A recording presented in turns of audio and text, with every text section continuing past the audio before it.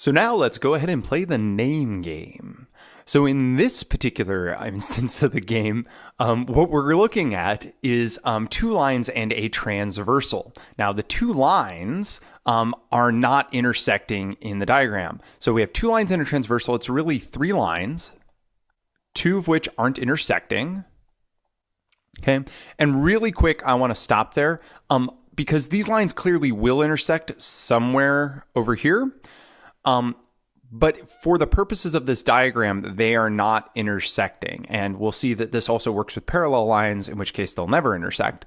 And the third line is the one that actually intersects both lines.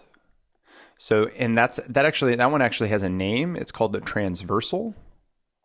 And that one intersects both lines. All right. So we have the transversal here. And based off that transversal, we're going to define some regions. Well, it's partly based off of the transversal. So the first set of regions that we're going to define are alternate sides of the transversal. So we have alternate sides of the transversal.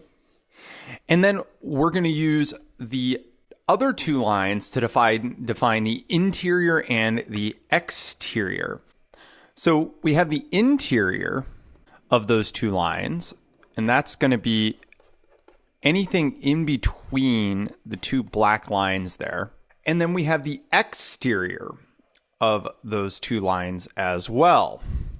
And that's going to be anything on the outside here. So you'll notice that it's on both sides of the transversal. It's also out here on the kind of other side of those two non-intersecting black lines, at least non-intersecting within this region that we're looking at. Now, based off of this basic terminology, we can start to talk about some names for these different angles.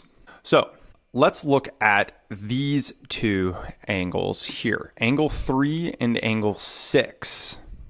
Angle 3 and angle 6 are on alternate sides of the transversal, and they're on the interior of the two black lines, and they're angles. So angle 3 and angle 6 are alternate interior angles, and I'm hoping that this will help you to kind of keep these names together in that really, it's just a combination of these different kind of indicators. So let's look at another pair here. In this case, let's look at angles 4 and angle 6. So angle 4 and angle 6 are on the same side of the transversal, but they are both still on the interior. And of course, they're both angles.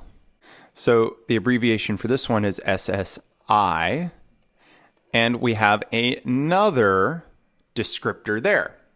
There's a couple more. We have angle 1 and angle 8 here. They are on alternate sides of the transversal, and they're both on the exterior, and of course they're both angles.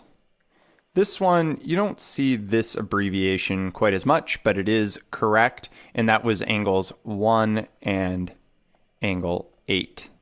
Now comes the one that, well, frankly, it's a little more difficult to memorize because there isn't really a nice naming convention like the ones we saw there. If I take angle 5 here and angle 1, they're just called corresponding angles. I would apologize, but it's not my fault.